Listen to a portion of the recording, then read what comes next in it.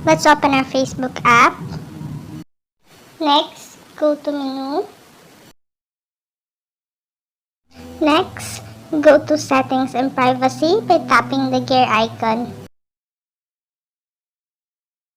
Next, scroll down, then go to your activity. Under your activity, go to activity log. Next, scroll to the right, the blue highlighted options, then go to likes and reaction.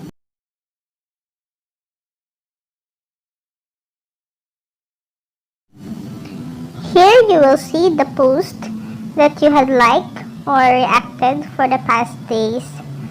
Thanks for watching. Hope you hit the like button and follow.